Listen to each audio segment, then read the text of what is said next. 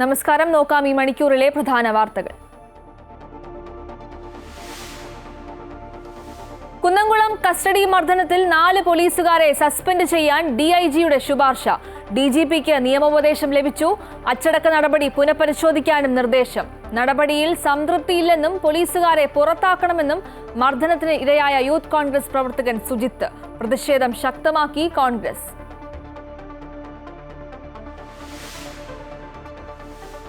ഒടുവിൽ Trump അയയുന്നു. India ചൈനയുടെ പക്ഷത്തെന്ന നിലപാട് മയപ്പെടുത്തി ട്രംപ്. ഇന്ത്യയുമായുള്ളത് പ്രത്യേക ബന്ധമെന്നും അമേരിക്കൻ പ്രസിഡന്റ്. ട്രംപിന്റെ പ്രസ്താവന സ്വാഗതം ചെയ്ത് മോദി. UN വാർഷിക സമ്മേളനത്തിൽ പ്രധാനമന്ത്രി പങ്കെടുത്തേക്കില്ല. പാതിവില തട്ടിപ്പ് കേസിൽ പ്രത്യേക അന്വേഷണ സംഘത്തെ പിരിച്ചുവിട്ട് സർക്കാർ. നീക്കം അന്വേഷണ സംഘത്തലവൻ MJ സോജനെ വിജിലൻസിലേക്ക് മാറ്റിയതിന് പിന്നാലെ. കേസ് അന്വേഷണം കുത്തഴിഞ്ഞ നിലയിലെന്ന വിമർശനം. ക്രൈംബ്രാഞ്ച് യൂണിറ്റുകൾ അന്വേഷിച്ചാൽ മതിയെന്ന് സർക്കാർ നിർദ്ദേശം.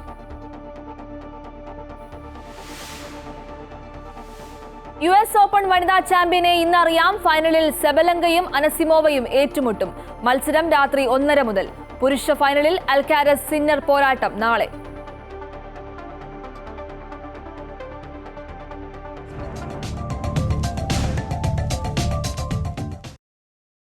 കുന്നംകുളം പോലീസ് സ്റ്റേഷനിൽ യൂത്ത് കോൺഗ്രസ് നേതാവിനെ മർദ്ദിച്ച സംഭവത്തിൽ 4 പോലീസുകാർക്കെതിരെ നടപടിക്ക് ശുപാർശ. കുറ്റക്കാരായ പോലീസുകാരെ സസ്പെൻഡ് ചെയ്യാനാണ് ശുപാർശ. DIG ഹരിശങ്കറാണ് ഉത്തരമേഖല IGക്ക് റിപ്പോർട്ട് നൽകിയത്. നേരത്തെ കടുത്ത നടപടികളിലേക്ക് കടക്കുന്നതിന് പോലീസ് നിയമോപദേശം തേടിയിരുന്നു. കുന്നംകുളം പോലീസ് സ്റ്റേഷനിൽ യൂത്ത് കോൺഗ്രസ് നേതാവായ VS സുജിത്തിനെ മർദ്ദിച്ച സംഭവത്തിലാണ് കുറ്റക്കാരായ 4 പോലീസുകാരെ നിലവിൽ സസ്പെൻഡ് ചെയ്യാൻ ശുപാർശ നൽകിയിരിക്കുന്നത്. ഇവർക്കെതിരെ കോടതി നടപടി തുടരുന്ന സാഹചര്യത്തിലാണ് ശുപാർശ. നിലവിലെ ശിക്ഷാ നടപടി പുനഃപരിശോധിക്കാനും ശുപാർശ നൽകിക്കൊണ്ട് DIG ഹരിശങ്കർ ഉത്തരമേഖല IG രാജ്പാൽ മീണയ്ക്ക് റിപ്പോർട്ട് നൽകി. സുജിത്തിനെ മർദ്ദിച്ച കേസിൽ SI നൂഹ്മാൻ, സജീവൻ, സന്ദീപ്, ശശീന്ദ്രൻ എന്നിവർക്കെതിരെയാണ് നടപടി. സുതാര്യമായ അന്വേഷണം നടക്കുന്നതിന് ഇവരെ സസ്പെൻഡ് ചെയ്യണമെന്ന് DIG റിപ്പോർട്ട് നൽകുകയായിരുന്നു. മർദ്ദനത്തിന്റെ CCTV ദൃശ്യങ്ങൾ പുറത്തായ സാഹചര്യത്തിൽ കടുത്ത നടപടി വേണമെന്ന് ഉന്നത ഉദ്യോഗസ്ഥർ നിലപാടെടുത്തിരുന്നു.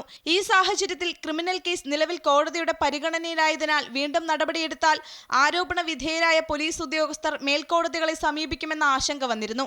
എന്നാൽ നടപടി പുനഃപരിശോധിക്കുന്നതിന് കോടതിയിലെ കേസ് തടസ്സമാകില്ലെന്നാണ് ഉന്നത പോലീസ് ഉദ്യോഗസ്ഥർ നിലപാടെടുത്തത്. 2023 ഏപ്രിൽ 5-നാണ് യൂത്ത് കോൺഗ്രസ് ചൊവ്വന്നൂർ മണ്ഡലം പ്രസിഡന്റ് VS സുജിത്തിനെ കുന്നംകുളം പോലീസ് സ്റ്റേഷനിൽ വെച്ച് പോലീസുകാർ ക്രൂരമർദ്ദനത്തിന് ഇരയാക്കിയത്. അമൃത ന്യൂസ്, തിരുവനന്തപുരം. നടപടിയിൽ സംതൃപ്തിയില്ലെന്ന് കുന്നംകുളത്ത് പോലീസ് മർദ്ദനത്തിനിരയായ യൂത്ത് കോൺഗ്രസ് പ്രവർത്തകൻ സുജിത്ത്. ഡ്രൈവർക്കെതിരെ നടപടി വേണം. 5 പേരെയും സർവീസിൽ നിന്ന് പിരിച്ചുവിടണം. പോലീസ് സ്റ്റേഷനിൽ ക്യാമറ നിർബന്ധമാക്കുന്ന സുപ്രീം കോടതി വിധിയിൽ കക്ഷി ചേരുന്നു. പിരിച്ചുവിട്ട് തക്കതായ ശിക്ഷ നൽകണമെന്നും സുജിത്ത് തൃശൂരിൽ പ്രതികരിച്ചു. സസ്പെൻഡ് ചെയ്യാൻ ശുപാർശ കേട്ടതായിട്ട് ശ്രദ്ധയിൽപ്പെട്ടു. അതിൽ ഒട്ടും ഞങ്ങൾ സംതൃപ്തനല്ല. കാരണം സസ്പെൻഷൻ അല്ല നമ്മുടെ ആവശ്യം. അവരെ ഈ 4 പേര് കൂടാതെ ഡ്രൈവറായിരുന്ന ഷുഹൈർ എന്ന് പറയുന്നൊരു ഉദ്യോഗസ്ഥൻ ആദ്യം ശശീന്ദ്രൻ മർദ്ദിക്കുന്നത് ഞാൻ സ്റ്റേഷനിലേക്ക് എത്തുന്നതിലും ഒരു 20 മീറ്റർ മുന്നേ വന്നിട്ടാണ് ഈ SI ആയിരുന്നിട്ടുള്ള നുഹ്മാൻ സാറാണ് ബാക്ക് ഡോർ തുറന്നു കൊടുക്കുന്നത് ഈ ശശീന്ദ്രനെ തല്ലാൻ വേണ്ടിയിട്ട്. ശശീന്ദ്രൻ എൻ്റെ കഴുത്തിനെ അടിച്ചതിന് ശേഷം എന്നോട് പറയുകയുണ്ടായി, നീ സ്റ്റേഷനിലേക്ക് വായോ, നിനക്കുള്ളത് തരണ്ടെന്ന് പറഞ്ഞിട്ടാണ് എന്നെ അവിടെ നിന്ന് പോരുന്നത്. പോലീസ് സ്റ്റേഷനിലെ എല്ലാ ഭാഗങ്ങളിലും CCTV ഉണ്ടാകണമെന്ന സുപ്രീം കോടതിയിലെ കേസിൽ കക്ഷി ചേരുമെന്ന് രമേശ് ചെന്നിത്തല. 5ാമത്തെ ഉദ്യോഗസ്ഥനെ കൂടി കേസിൽ ഉൾപ്പെടുത്താനുള്ള നടപടി സ്വീകരിക്കും. ശശിധരൻ മർദ്ദിച്ചത് സ്റ്റേഷന്റെ മുകളിൽ വച്ചാണ്. അവിടെ CCTV ഉണ്ടായിരുന്നില്ല. പിണറായിയുടെ പോലീസ് നയത്തിന്റെ ജീവിച്ചിരിക്കുന്ന രക്തസാക്ഷിയാണ് സുജിത്തെന്നും അദ്ദേഹം പ്രതികരിച്ചു. സംഭവം ഉണ്ടാകരുത്. ഏറ്റവും പ്രധാനപ്പെട്ട കാര്യം സുപ്രീം കോടതിയിൽ നടക്കുന്ന ഈ കേസിൽ കക്ഷി ചേരണം. അതിന് പൂർണ്ണമായ പിന്തുണയും സഹകരണവും അതിന് വേണ്ട എല്ലാ സഹായവും ഞങ്ങൾ ചെയ്തു കൊടുക്കും. കേരളത്തിലെ ഗവൺമെൻറ് പോലീസ് നയത്തിൻ്റെ ഏറ്റവും വലിയ ഉദാഹരണമാണ് ഈ സുജിത്ത് എന്ന് പറയുന്നത്. കേരള ചരിത്രത്തിൽ ഒരിക്കലും ഉണ്ടാകാത്ത സംഭവങ്ങളാണ് ഇതെല്ലാം. അപ്പോൾ വികലമായ കേരളത്തിലെ ഇടതുമുന്നണി സർക്കാരിൻ്റെ പോലീസ് നയത്തിൻ്റെ ഏറ്റവും വലിയ ജീവിക്കുന്ന രക്തസാക്ഷിയാണ് സുജിത്ത്. ഇതുകൊണ്ട് ഇത് അവസാനിക്കുന്നില്ല. ഇതിൻ്റെ പോരാട്ടങ്ങളുമായി തന്നെ ഞങ്ങൾ മുന്നോട്ട് പോകും. കുന്നംകുളം കസ്റ്റഡി മർദ്ദനത്തിൽ ഉദ്യോഗസ്ഥർക്കെതിരെ നടപടി സ്വീകരിക്കാത്തതിൽ തൃശൂരിൽ പോലീസ് ഉദ്യോഗസ്ഥന്റെ വീട്ടിലേക്ക് പ്രതിഷേധം. കുന്നംകുളം പോലീസ് സ്റ്റേഷനിൽ ജോലി ചെയ്തിരുന്ന ശശിധരന്റെ വീട്ടിലേക്കാണ് യൂത്ത് കോൺഗ്രസ് പ്രതിഷേധ മാർച്ച് സംഘടിപ്പിച്ചത്. മാർച്ച് പോലീസ് വീടിന് സമീപം ബാരിക്കേഡ് വെച്ച് തടഞ്ഞു. നിലവിൽ തൃശൂർ ഈസ്റ്റ് പോലീസ് സ്റ്റേഷനിലാണ് ശശിധരൻ ജോലി ചെയ്യുന്നത്. ഒപ്പം കുറ്റാരോപിതനായ നുഹമാൻ, സജീവൻ, സന്ദീപ് എന്നിവരും തൃശൂർ സിറ്റി പോലീസിന് കീഴിൽ വിവിധ സ്റ്റേഷനുകളിൽ ജോലി ചെയ്യുന്നുണ്ട്. ഇന്നലെ തൃശൂർ റേഞ്ച് DIG ഓഫീസിലേക്കും യൂത്ത് കോൺഗ്രസ് മാർച്ച് സംഘടിപ്പിച്ചിരുന്നു. തൃശൂരിലെ കസ്റ്റഡി മർദ്ദനത്തിൽ വിമർശനവുമായി മുൻ കേന്ദ്രമന്ത്രിയും BJP നേതാവുമായ V. മുരളീധരൻ. കേരള പോലീസിനെ രാഷ്ട്രീയ യജമാനന്മാർ നിയന്ത്രിക്കുന്ന കാലത്തോളം ഇത്തരം സംഭവങ്ങൾ തുടരുമെന്നും അദ്ദേഹം പ്രതികരിച്ചു. പിണറായി സർക്കാരിൻ്റെ ആദ്യ സർക്കാരിൽ 11 കസ്റ്റഡി മരണങ്ങളും ഈ സർക്കാരിൽ 7 കസ്റ്റഡി മരണങ്ങളും നടന്നു എന്നാണ് പറയുന്നത്. അപ്പോൾ ഇത് പുതുമയില്ല. കേരളത്തിലെ പോലീസിനെ രാഷ്ട്രീയ യജമാനന്മാർ നിയന്ത്രിക്കുന്ന സാഹചര്യം നിലനിൽക്കുന്നിടത്തോളം കാലം ഈ കാര്യങ്ങളിൽ ഒരു മാറ്റം ഉണ്ടാവാൻ പോകുന്നില്ല. ഈ ആചാരങ്ങൾ തിരുത്താനുള്ളതാണ് എന്നാണ് മുഖ്യമന്ത്രി നേരത്തെ പറഞ്ഞിരുന്നത്.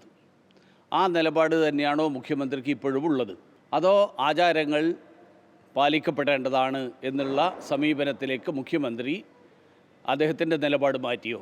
ദർശനം നടത്താൻ വേണ്ടി മുന്നോട്ട് പോകാൻ കഴിയാതെ മാലയൂരി കണ്ണീരോടുകൂടി തിരിച്ചുപോയ ആളുകളുടെ സാഹചര്യം നിയമസഭയിൽ വിശദീകരിക്കപ്പെട്ടപ്പോൾ അന്നത്തെ ദേവസ്വം മന്ത്രി പറഞ്ഞത് കപടഭക്തരാണ് അവരെന്നാണ്. കുന്നംകുളം ലോക്കപ്പ് മർദ്ദനത്തിൽ പ്രതികരണവുമായി ചാണ്ടി ഉമ്മൻ MLAയും രംഗത്ത് വന്നു. സുജിത്തിനെ മർദ്ദിച്ച പോലീസുകാർക്കെതിരെ നടപടി സ്വീകരിക്കുന്നില്ല. കുറ്റക്കാർക്കെതിരെ നടപടി എടുക്കാതിരിക്കുക എന്നതാണ് സർക്കാരിന്റെ മുഖമുദ്രയെന്നും ചാണ്ടി ഉമ്മൻ പറഞ്ഞു. നടപടി എടുക്കുന്നില്ല എന്നുള്ളത് വ്യക്തമാണ്. ഗവൺമെൻറ് ഫസ്റ്റ് ചെയ്യേണ്ടത് ഇവരെ പുറത്താക്കുകയാണ്.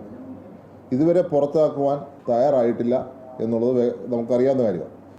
ഇത് തുടർച്ചയായിട്ടുള്ള സംഭവങ്ങൾ കേരളത്തിലൊട്ടൊക്കെ പോലീസ് നടത്തുമ്പോൾ പോലീസ് മന്ത്രി, പ്രിയങ്കനായ മുഖ്യമന്ത്രി ഒന്നും ചെയ്യാതിരിക്കുകയാണ്. ഒരു നടപടിയുമില്ല. ഞാൻ പറഞ്ഞു, ഈ സംസ്ഥാന സർക്കാരിൻ്റെ മുഖമുദ്രയാണ് കുറ്റക്കാർക്കെതിരെ നടപടി എടുക്കാതിരിക്കുക. ഒരമ്മയുടെ മരണം നടന്നതിന് ശേഷം അവിടെ ഒരു നടപടിയില്ല. കുന്നംകുളത്ത് നടപടിയില്ല. അച്ചടക്ക നടപടി എന്ന പേരിൽ വെറും ട്രാൻസ്ഫർ. എന്താ അവർ ഞാൻ കഴിഞ്ഞ ദിവസം പറഞ്ഞു, ഇവരെ പോലീസ് ഫോഴ്സിന് നാണക്കേടാണ്. അവർ തുടരാൻ പാടില്ല. അതുകൊണ്ട് അടിയന്തരമായ നടപടി സർക്കാർ എടുത്തേ മതിയാകത്തുള്ളൂ എന്നുള്ളതാണ് എനിക്ക് ഈ കാര്യത്തിൽ പറയാനുള്ളത്. അയ്യപ്പ സംഗമത്തിലൂടെ വർഗീയ ശക്തികൾക്ക് സർക്കാർ ഇടം കൊടുക്കുകയാണെന്ന് പ്രതിപക്ഷ നേതാവ് VD സതീശൻ. CPM BJP കൂട്ടുകെട്ടാണ് ഇതിൽ സംശയിക്കേണ്ടതെന്നും ബദൽ അയ്യപ്പ സംഗമത്തെക്കുറിച്ച് ആലോചനയില്ലെന്നും അദ്ദേഹം പ്രതികരിച്ചു. UDF എല്ലാ കാലത്തും ഭക്തർക്കൊപ്പമാണ്. തെരഞ്ഞെടുപ്പ് അടുത്തപ്പോഴാണോ അയ്യപ്പ സ്നേഹം വന്നത് എന്നും അദ്ദേഹം ചോദിച്ചു. സുപ്രീം കോടതിയിൽ കൊടുത്തിരിക്കുന്ന അഫിഡവിറ്റ് ആചാര ലംഘനത്തിന് പ്രേരിപ്പിക്കുന്ന അഫിഡവിറ്റ്, ആ അഫിഡവിറ്റ് പിൻവലിക്കുമോ? 1. 2, ആയിരക്കണക്കിന് ആളുകൾക്കെതിരായിട്ട് നാമജപ ഘോഷയാത്ര നടത്തിയതിന് ഉൾപ്പെടെ കേസെടുത്തു. ആ കേസ് പിൻവലിക്കാമെന്ന് ഉറപ്പുണ്ടായിരുന്നു, പിൻവലിച്ചില്ല. പിൻവലിക്കുമോ? ശബരിമലയിലെ മാസ്റ്റർ പ്ലാൻ 10ാമത്തെ കൊല്ലമാണോ വരുന്നത്? ഇലക്ഷൻ പ്രഖ്യാപിക്കാൻ പോവുകയാണ്. ഇലക്ഷന്റെ സായാഹ്നത്തിലാണോ മാസ്റ്റർ പ്ലാൻ? വർഗീയവാദികൾക്കും വർഗീയ സംഘടനകൾക്കും സ്പേസ് ഉണ്ടാക്കി കൊടുക്കുന്ന സമീപനമാണ് ഗവൺമെന്റ് ചെയ്തുകൊണ്ടിരിക്കുന്നത്, നേരത്തെ പോലെ ചെയ്തുകൊണ്ടിരിക്കുന്നത്. ഇതൊരു BJP CPM നെക്സസ് ആണോ എന്ന് പോലും സംശയിക്കേണ്ടിയിരിക്കുന്നു. അതുപോലെയാണ് കാര്യങ്ങൾ പോകുന്നത്. ഞങ്ങളതിനെ നേരിടാം. അയ്യപ്പ സംഗമം അയ്യപ്പന്റെ ഭക്തി വർദ്ധിപ്പിക്കാനുള്ള ശ്രമമാണെന്ന് SNDP general secretary Vellappally Natesan. Thiruvithamkoor Devaswom board president P. Prasanth വീട്ടിലെത്തി കണ്ടതിന് ശേഷം പ്രതികരിക്കുകയായിരുന്നു വെള്ളാപ്പള്ളി. കക്ഷി രാഷ്ട്രീയം പറഞ്ഞ് എതിർക്കേണ്ടതില്ല. ശബരിമലയ്ക്ക് ലോക പ്രശസ്തി കൈവരും. ശബരിമല കൂടുതൽ പ്രശസ്തമാകും. ഭക്തർ സ്വീകരിച്ചു കഴിഞ്ഞുവെന്നും അദ്ദേഹം പ്രതികരിച്ചു. ഇപ്പോൾ ദേവസ്വം ബോർഡ് പ്രസിഡന്റ് പ്രതികരണം കേൾക്കാം ഈ വിഷയത്തിൽ. NSS ആയാലും KPMS ആയാലും അതുപോലെ മത സാമുദായിക സാംസ്കാരിക സംഘടനകൾ അതൊരു മാർഗദീപം കൂടിയാണ്, കേരളത്തിൻ്റെ സംസ്കാരമാണ്. അതുകൊണ്ട് അവരെ ഒഴിവാക്കിക്കൊണ്ട് നമുക്ക് ആഗോള അയ്യപ്പ സംഗമം നടത്താൻ വേണ്ടി സാധിക്കില്ല. എല്ലാ മത സാമുദായിക സാംസ്കാരിക സംഘടനകളും ഭക്തജനങ്ങളുടെ ഒരു കൂട്ടായ്മയായി ഇത് മാറണം. സാർ പറഞ്ഞതുപോലെ മറ്റൊരു വിവാദങ്ങൾക്കും പ്രസക്തിയില്ല. ശബരിമലയുടെ അടിസ്ഥാനപരമായ വികസനമാണ് നമ്മുടെ ഏറ്റവും പ്രധാനപ്പെട്ടത്. അതൊരു വിവാദത്തിലേക്ക് വലിച്ചെടുത്ത് ശബരിമലയുടെ വികസനം നമുക്ക് തടസ്സപ്പെടുത്തരുതെന്ന് മാത്രമാണ് എനിക്ക് വിനയപൂർവ്വം പറയുന്നത്. ഇവിടെ ഇത്രമാത്രമാണ് നമുക്ക് ഈ ആഗോള അയ്യപ്പ സംഗമം കൊണ്ട് നമ്മൾ ഉദ്ദേശിക്കുന്നത് വലിയ രാഷ്ട്രീയവുമില്ല, ശബരിമലയുടെ അടിസ്ഥാന വികസനം മാത്രമാണ് ഏക ലക്ഷ്യം. നമ്മളെല്ലാവരും കൂടി സഹകരിച്ച് ഇത് വലിയ വിജയമാക്കുവാൻ വേണ്ടിയുള്ള വിനയപൂർവ്വം അഭ്യർത്ഥന മാത്രമാണ് എനിക്കുള്ളത്. രാഷ്ട്രീയ പാർട്ടികളെയൊക്കെ ക്ഷണിച്ചോ? അവരുടെയൊക്കെ എല്ലാ ജനപ്രതിനിധികളുണ്ടല്ലോ. എല്ലാം ഇപ്പോൾ കേന്ദ്രമന്ത്രിമാർക്ക് കത്തയച്ചു കഴിഞ്ഞു. ഞാൻ ഇന്നലെ സുരേഷ് ഗോപി നേരിട്ട് ഞാൻ കണ്ടു. അങ്ങനെ എല്ലാ ഭാഗത്തു നിന്നും ഒരു സഹകരണം ഉണ്ടാവുമെന്ന് ഞങ്ങൾ പ്രതീക്ഷിക്കുന്നു. എല്ലാവർക്കും ഒരു വിവേചനം ഇക്കാര്യത്തിലില്ല. പറയുന്നത് ഈ അഫിഡവിറ്റിനൊന്നും പ്രസക്തി ഇപ്പോൾ ഇല്ലല്ലോ. നിങ്ങൾ നോക്കൂ, കഴിഞ്ഞ സാറ് പറഞ്ഞതുപോലെ കഴിഞ്ഞ 4-5 വർഷക്കാലമായി എന്തെങ്കിലും ഒരു ആചാരവിരുദ്ധതയോ ആചാരപരമായ തെറ്റോ അവിടെ നടക്കുന്നുണ്ടോ?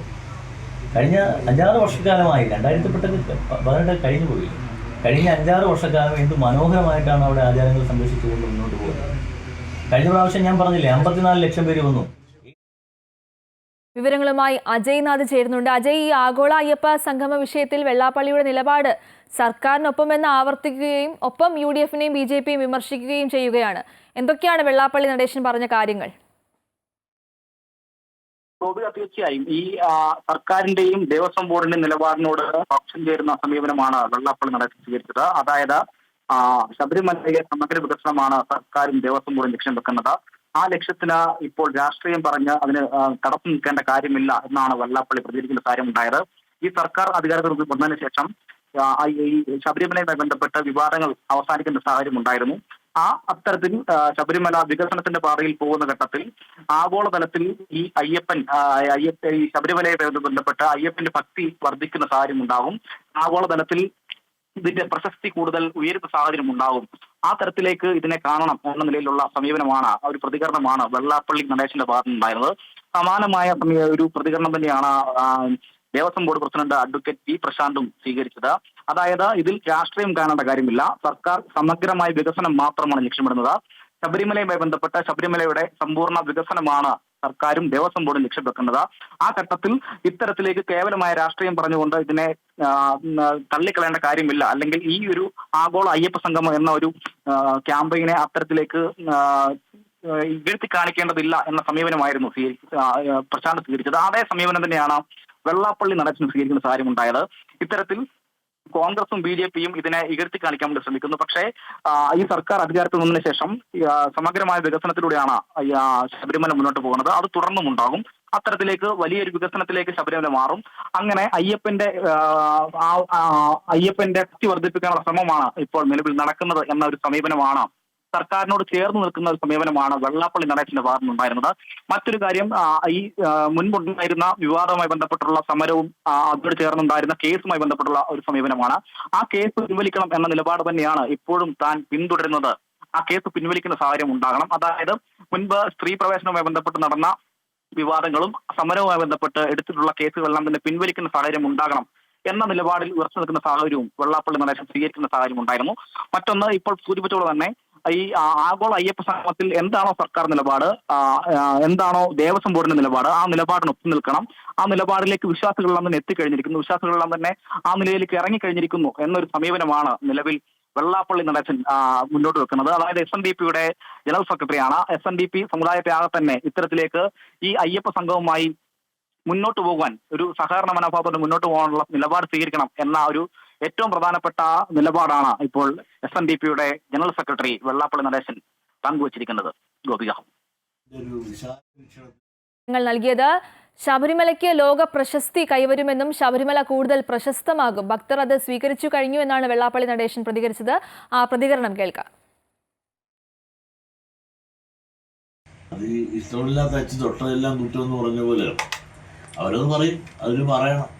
ശബരിമലയ്ക്ക് മാത്രമല്ല ഇന്ത്യക്ക് തന്നെ വലിയ പ്രയോജനം ഉണ്ടാകാൻ പോയി.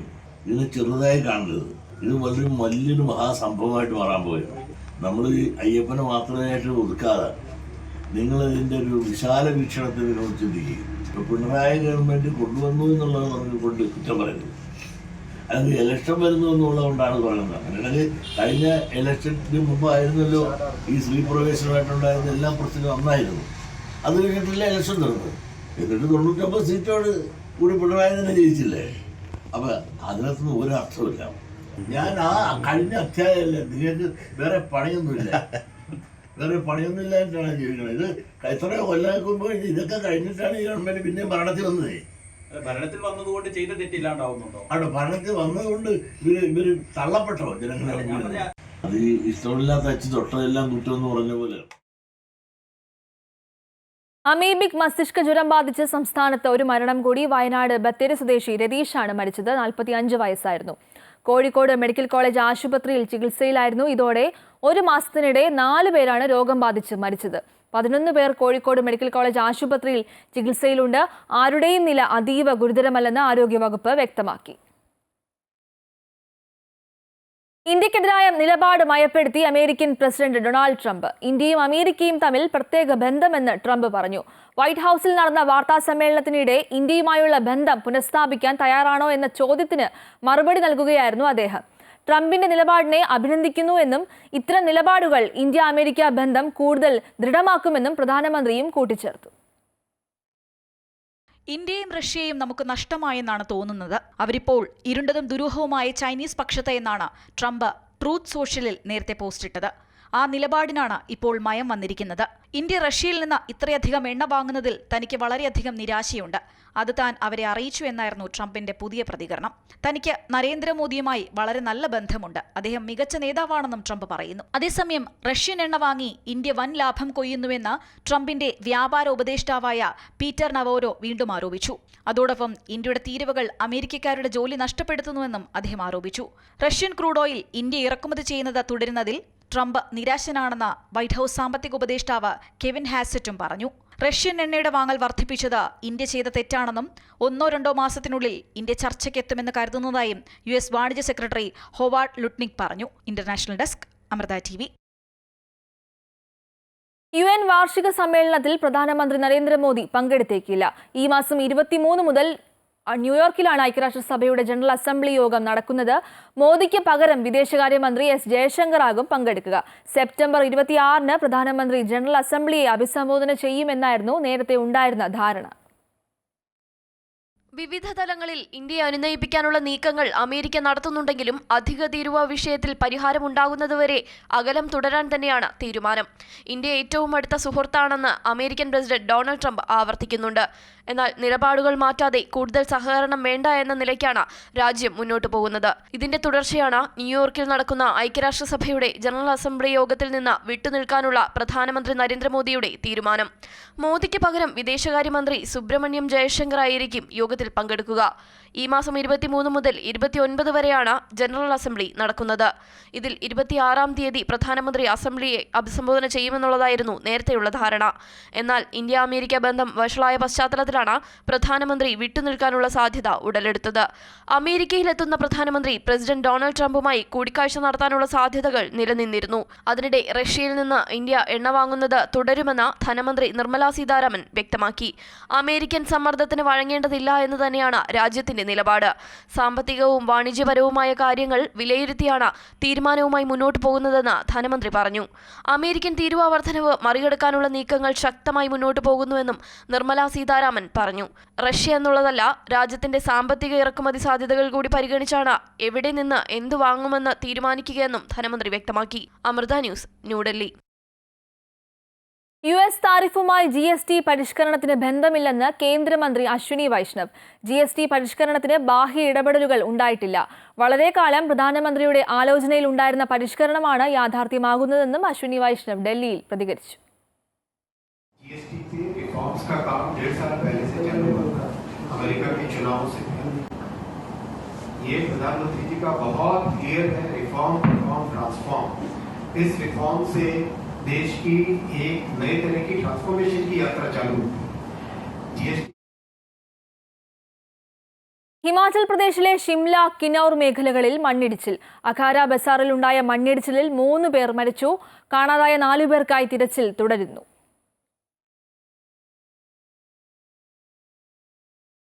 ഉത്തരേന്ത്യയിൽ മഴക്കെടുതി തുടരുന്നു. 500-ലധികം ആളുകൾക്കാണ് ഇതുവരെ ജീവൻ നഷ്ടമായത്. സാഹചര്യം മനസ്സിലാക്കാൻ പ്രധാനമന്ത്രി നരേന്ദ്രമോദി ദുരന്തബാധിത സംസ്ഥാനങ്ങൾ സന്ദർശിക്കും. മഴയ്ക്ക് കുറവുണ്ടെങ്കിലും ജമ്മുകശ്മീരിലും ഹിമാചൽ പ്രദേശിലും പഞ്ചാബിലും ജാഗ്രത തുടരുകയാണ്. കഴിഞ്ഞ കുറച്ച് വർഷങ്ങൾക്കിടയിലെ ഏറ്റവും വലിയ മഴക്കെടുതിയാണ് ഉത്തരേന്ത്യൻ സംസ്ഥാനങ്ങളിൽ ഉണ്ടായത്. ഹിമാചൽ പ്രദേശ്, ജമ്മുകാശ്മീർ, ഉത്തരാഖണ്ഡ്, പഞ്ചാബ് എന്നിവിടങ്ങളിൽ മാത്രമായി 500-ലധികം ജീവനുകളാണ് പൊലിഞ്ഞത്. ഹിമാചൽ പ്രദേശിൽ മാത്രം 355 മരണമാണ് റിപ്പോർട്ട് ചെയ്തത്. 45 പേരെ ഇപ്പോഴും കണ്ടെത്താനുണ്ട്. 3787 കോടി രൂപയുടെ നഷ്ടം സംസ്ഥാനത്ത് ഉണ്ടായി എന്നാണ് പ്രാഥമിക വിലയിരുത്തൽ. 79 മരണങ്ങൾ റിപ്പോർട്ട് ചെയ്ത ഉത്തരാഖണ്ഡിൽ 90ഓളം പേരെ ഇനിയും കണ്ടെത്താനുണ്ട്. 5700 കോടി രൂപയുടെ സാമ്പത്തിക സഹായം ഉത്തരാഖണ്ഡ് സർക്കാർ കേന്ദ്രത്തിൽ നിന്ന് ആവശ്യപ്പെട്ടിട്ടുണ്ട്. 43 ജീവനുകൾ നഷ്ടമായ പഞ്ചാബിൽ 1900 ഗ്രാമങ്ങളെയാണ് മഴക്കെടുതി ബാധിച്ചത്. 1,71,000 ഹെക്ടർ കൃഷിഭൂമി നശിച്ചുവെന്നാണ് സർക്കാർ കണക്ക്. പഞ്ചാബ് സന്ദർശിച്ച കൃഷിമന്ത്രി ശിവരാജ് സിംഗ് ചൗഹാൻ വിശദമായ റിപ്പോർട്ട് സമർപ്പിച്ചിട്ടുണ്ട്. കേന്ദ്ര സംഘം കൂടി നടത്തുന്ന പരിശോധനയുടെ അടിസ്ഥാനത്തിലായിരിക്കും സംസ്ഥാനങ്ങൾക്കുള്ള സാമ്പത്തിക സഹായത്തിന്റെ കാര്യത്തിൽ തീരുമാനമുണ്ടാവുക. കശ്മീർ ഉൾപ്പെടെയുള്ള സംസ്ഥാനങ്ങളിലെ റോഡ് ഗതാഗതം ഇപ്പോഴും പൂർവ്വസ്ഥിതിയിലേക്ക് എത്തിയിട്ടില്ല. ഡൽഹിയിൽ യമുന നദിയിലെ ജലനിരപ്പ് ഉയർന്നു തന്നെ തുടരുകയാണ്. ഈ സാഹചര്യത്തിൽ ഡൽഹി, ഫരീദാബാദ് തുടങ്ങിയ മേഖലകളിൽ ജാഗ്രത തുടരുന്നുണ്ട്. അമൃത ന്യൂസ്, ന്യൂഡൽഹി. തൃശൂർ മണ്ണൂത്തി കാർഷിക സർവകലാശാലയിലെ സെമസ്റ്റർ ഫീസ് കുത്തനെ ഉയർത്തി. PhD, PG, ഡിഗ്രി വിദ്യാർത്ഥികളുടെ ഫീസുകളാണ് വൻതോതിൽ വർദ്ധിപ്പിച്ചത്. കാർഷിക സർവകലാശാലയിലെ ധനപ്രതിസന്ധി മറികടക്കാനാണ് ഫീസ് വർധന എന്നാണ് വിശദീകരണം. PhD വിദ്യാർത്ഥികളുടെ സെമസ്റ്റർ ഫീസ് 18,780 എന്നത് 49,990 ആയാണ് ഉയർത്തിയിരിക്കുന്നത്. PG വിദ്യാർത്ഥികളുടേത് 17,845 എന്നത് 49,500 ആയും ഉയർത്തി. ഡിഗ്രി വിദ്യാർത്ഥികളുടെ ഫീസ് നിലവിൽ 12,000 രൂപയാണ്. ഇത് 48,000 രൂപ ആയാണ് ഉയർത്താൻ പോകുന്നത്. വിദ്യാർത്ഥി സമരത്തെ തുടർന്ന് സർവകലാശാല എക്സിക്യൂട്ടീവുമായി ചർച്ച ചെയ്ത് മാത്രമേ ഫീസ് വർദ്ധിപ്പിക്കുകയുള്ളൂ എന്നാണ് സർവകലാശാല അധികൃതർ വ്യക്തമാക്കിയിരുന്നത്. ഈ ഉറപ്പ് പാലിക്കാതെയാണ് ഓണാവധിക്ക് തൊട്ടുമുൻപ് ഫീസ് കുത്തനെ ഉയർത്തിയത്. ഇരട്ടിയിലേറെ ഫീസ് ഒറ്റയടിക്ക് വർദ്ധിപ്പിക്കുന്നത് താങ്ങാൻ പറ്റില്ലെന്നാണ് വിദ്യാർത്ഥികൾ പറയുന്നത്. 3-ാം തീയതിയാണ് ഫീസ് വർധന സംബന്ധിച്ച ഉത്തരവ് പുറത്തുവന്നത്. അമൃത ന്യൂസ്, തൃശൂർ. പാതിവില തട്ടിപ്പ് കേസിൽ പ്രത്യേക അന്വേഷണ സംഘത്തെ പിരിച്ചുവിട്ട് സർക്കാർ. ഇനി പ്രത്യേക അന്വേഷണ സംഘം ആവശ്യമില്ലെന്നും ക്രൈംബ്രാഞ്ചിന്റെ അതത് യൂണിറ്റുകൾ അന്വേഷണം നടത്തിയാൽ മതിയെന്നുമാണ് സർക്കാർ തീരുമാനം. നേരത്തെ അന്വേഷണ സംഘത്തിന്റെ മേധാവിയായിരുന്ന MJ സോജനെ വിജിലൻസിലേക്ക് സ്ഥലം മാറ്റിയിരുന്നു. അന്വേഷണ സംഘ തലവനായ ക്രൈംബ്രാഞ്ച് SP MJ സോജനെ വിജിലൻസിലേക്ക് സ്ഥലം മാറ്റിയതിന് പിന്നാലെയാണ് പാതിവില തട്ടിപ്പ് കേസിൽ പ്രത്യേക അന്വേഷണ സംഘത്തെ സർക്കാർ പിരിച്ചുവിടുന്നത്. ക്രൈംബ്രാഞ്ചിന്റെ അതാത് യൂണിറ്റുകൾ അന്വേഷിച്ചാൽ മതിയെന്ന നിർദ്ദേശമാണ് സർക്കാർ നൽകിയിരിക്കുന്നത്. കേരളത്തിലുടനീളം 500 കോടി രൂപയിലധികം തട്ടിപ്പാണ് നടന്നിരിക്കുന്നത്. പ്രധാനമായും സ്ത്രീകളാണ് തട്ടിപ്പിനിരയായിരിക്കുന്നത്. 1400-ലധികം പരാതികളും ലഭിച്ചിട്ടുണ്ട്.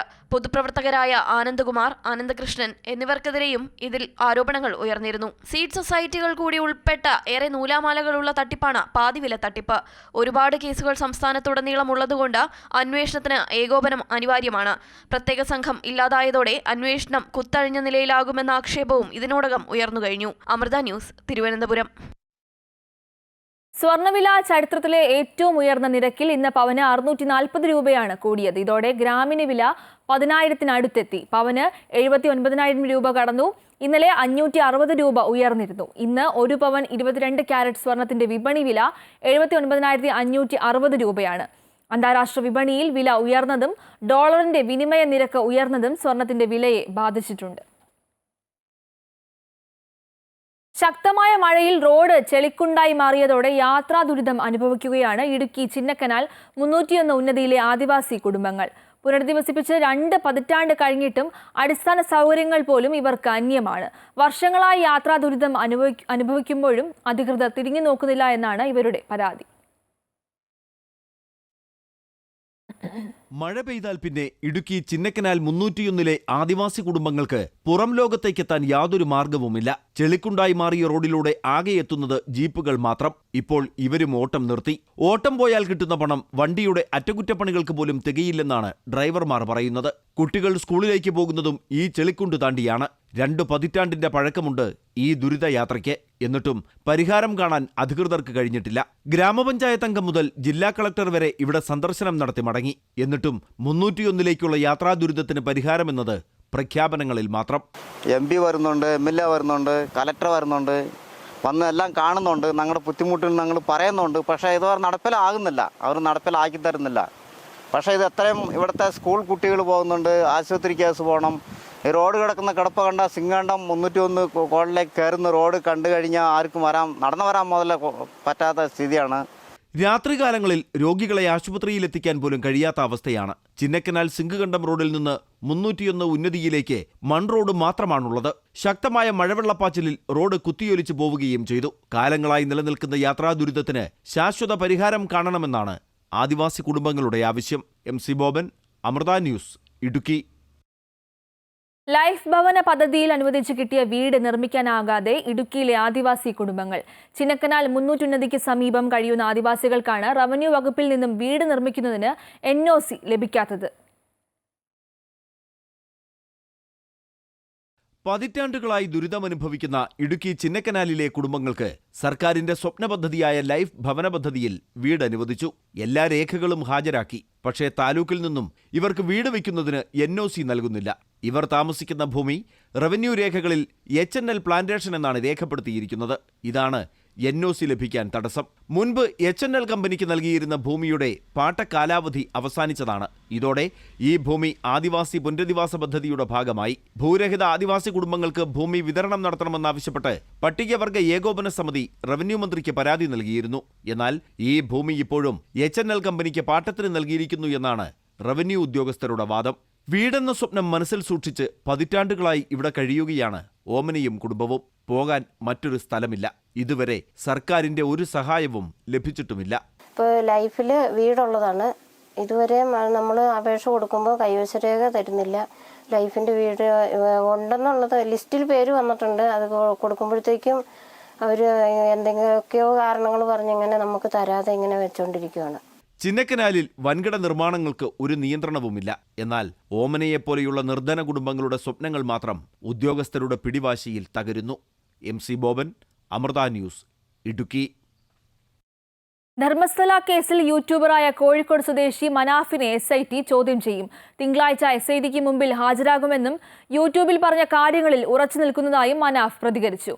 പോലീസ് സംരക്ഷണയിലാവും ധർമ്മസ്ഥലയ്ക്ക് പോവുകയെന്നും മനാഫ് പറഞ്ഞു. സെപ്റ്റംബർ 5 അന്വേഷണ സംഘത്തിന് മുമ്പിൽ ഹാജരാകണമെന്ന് കാണിച്ച് യൂട്യൂബറായ മനാഫിന് ധർമ്മസ്ഥല കേസ് അന്വേഷിക്കുന്ന SIT നോട്ടീസ് അയച്ചിരുന്നു. 8-ാം തീയതി തിങ്കളാഴ്ച ഹാജരാകാമെന്ന് SITയിൽ നിന്ന് മനാഫ് സാവകാശം ആവശ്യപ്പെട്ടിട്ടുണ്ട്. ജീവന് ഭീഷണിയുണ്ടെന്ന് കാണിച്ച് മനാഫ് പോലീസ് സംരക്ഷണം തേടിയിട്ടുണ്ട്. പോലീസ് സംരക്ഷണത്തിന്റെ കാര്യത്തിൽ കോഴിക്കോട് സിറ്റി പോലീസ് കമ്മീഷണറിൽ നിന്ന് ഉറപ്പ് ലഭിച്ചതായി മനാഫ് പറഞ്ഞു. ഈ വിഷയം ഞങ്ങളാണ് ഈ സമൂഹത്തിൽ ഇപ്പോൾ ഒരു ചർച്ച ചെയ്യപ്പെടുന്ന രീതിയിലേക്കാക്കിയത്. അതുകൊണ്ട് അതിൻ്റെതായ ഭീഷണികളും മറ്റുള്ള പ്രയാസങ്ങളും ഉണ്ട്.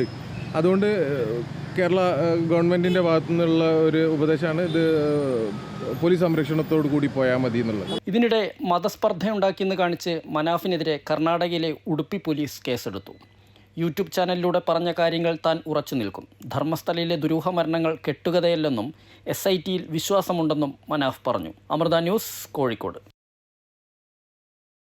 വയനാട്ടിൽ കാട്ടാനയുടെ ആക്രമണത്തിൽ മധ്യവയസ്കന് പരിക്കേറ്റു. കാട്ടിക്കുളം മണ്ണുണ്ടി ഉന്നതിയിലെ ചിന്നനാണ് പരിക്കേറ്റത്. പുലർച്ചെ 3 മണിയോടെയായിരുന്നു സംഭവം. വീട്ടുമുറ്റത്തെത്തിയ കാട്ടാനയെ തുരത്താൻ ശ്രമിക്കുന്നതിനിടെ ചിന്നനെ കാട്ടാന ആക്രമിക്കുകയായിരുന്നു എന്നാണ് വീട്ടുകാർ പറയുന്നത്. ബേഗൂർ റേഞ്ചിലെ വനപാലകർ സ്ഥലത്തെത്തിയാണ് ആനയെ വനത്തിലേക്ക് തുരത്തിയത്. വാരിയല്ലും ഷോൾഡറിലും പൊട്ടിയതിനെ തുടർന്ന് ചിന്നനെ മാനന്തവാടി മെഡിക്കൽ കോളേജിൽ തുടർന്നും വിദഗ്ധ ചികിത്സയ്ക്കായി കോഴിക്കോട് മെഡിക്കൽ കോളേജ് ആശുപത്രിയിലും പ്രവേശിപ്പിച്ചു.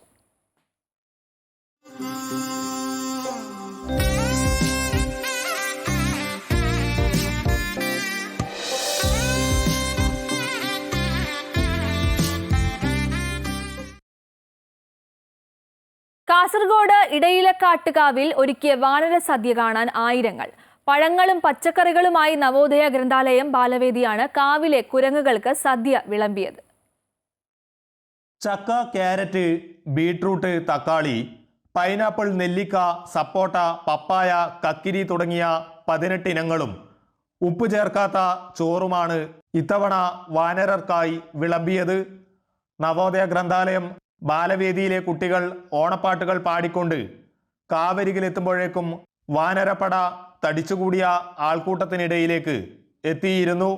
ഇടയിലക്കാട്ട് കാവിന് സമീപം ഇലവെച്ച് വിഭവങ്ങൾ വിളമ്പിയതോടെ പിന്നീടുള്ള നിമിഷങ്ങൾ വാനരസദ്യയുടെ കൗതുക കാഴ്ചകൾക്ക് വഴിമാറി.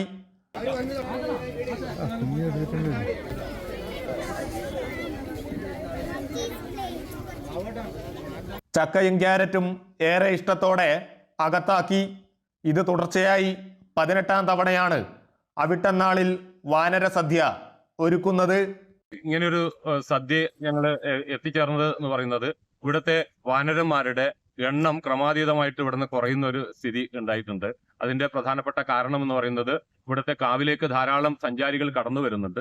അവർ കടന്നു വരുന്ന സമയത്ത് ഈ കുരങ്ങൾക്ക് പലതരത്തിലുള്ള ഭക്ഷണങ്ങൾ നൽകാറുണ്ട്, പ്രത്യേകിച്ച് ബിസ്ക്കറ്റുകൾ പോലുള്ള സാധനങ്ങൾ. ഇതിന്റെ പ്രത്യുൽപാദന ശേഷി വലിയ നിലയിൽ കുറഞ്ഞു വരികയും ഇവിടുത്തെ കുരങ്ങിന്റെ എണ്ണം 5 ഒരു കാലഘട്ടത്തിൽ വരികയുണ്ടായി.